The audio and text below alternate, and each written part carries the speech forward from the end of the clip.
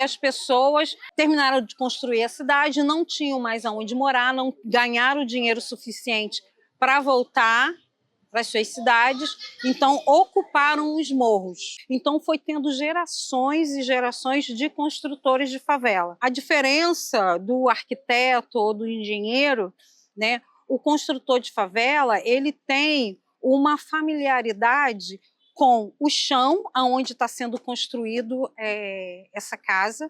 Então, ele tem noção do tamanho, ele tem noção do bolso do dono da casa e ele tem noção do que pode ser feito naquele lugar. Então, e também respeita o desejo do morador. Então, as casas são construídas super, né, dimensionadas, né? Então, porque não sabe, se ele quiser fazer mais um andar, vai poder. Então, as casas têm uma estrutura muito, muito maior do que deveria ter. Conforme a família vai crescendo, aí o filho vai constrói em cima, vai tendo algumas dificuldades na construção. E o que acontece? Esse construtor de favela, ele tem muita criatividade. Ele consegue achar soluções que, muitas vezes, um arquiteto, né, o acadêmico, não enxerga como solução. A favela tem energia elétrica, tem água, né? Então, como é que é feita a distribuição de água? Aqui no Cantagalo, a água sobe para uma caixa grande e essa caixa, com peso, faz a distribuição para vários territórios, que são divididos em territórios. Então, tem lugares que tem água segunda e quarta, tem outros lugares que vai ser terças e quintas, tem lugares que vai cair no domingo e na quinta também. Então, existe essa divisão. Então, as pessoas armazenam a água nas lajes, nessas caixas d'água. E aí a água é distribuída dentro da casa. Então, tem a torneira da cozinha, do banheiro.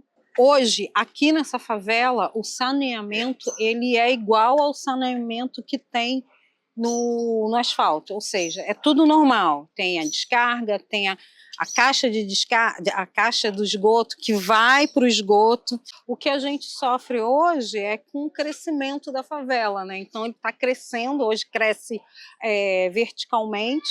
Então a gente está cada vez criando, né, produzindo mais lixo, mais esgoto, né? E o sistema não é adequado ou é ainda?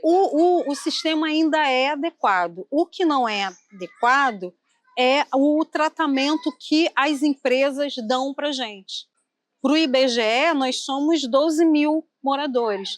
E a gente vê e sabe que somos mais de 35 mil moradores.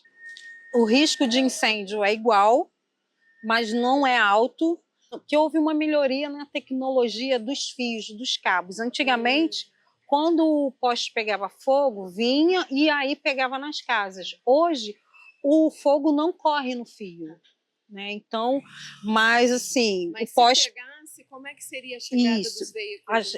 Então, eles conseguem chegar, né, bem próximo, né? Então eles conseguem subir as mangueiras. You mentioned that, it's people from here that build. Do they typically build up in family groups, neighbors? Like, what is the relationship typically? Sempre é a mesma família. Quando vai tendo uma construção, é sempre que vai morar um filho, um neto. Para alugar, é um segundo momento. Então, as construções, elas não são construída para alugar, é sempre alguém da família que está construindo. Agora, acontece de muitas vezes, digamos, essa família que foi morar, então é uma menina que fez faculdade, está num emprego melhor, com o tempo ela acaba se mudando, indo para outro lugar. E aí eles não vendem mais as casas, então aí vira um aluguel. Aluga. Em vez de vender. Hoje as pessoas estão empreendendo, não estão vendendo mais. Então, existem muitos aluguéis, né, dessas famílias que foram, né, melhoraram, né, entre aspas, né, foram morar em outros lugares, escolheram sair da favela, mas não vendem mais as suas casas.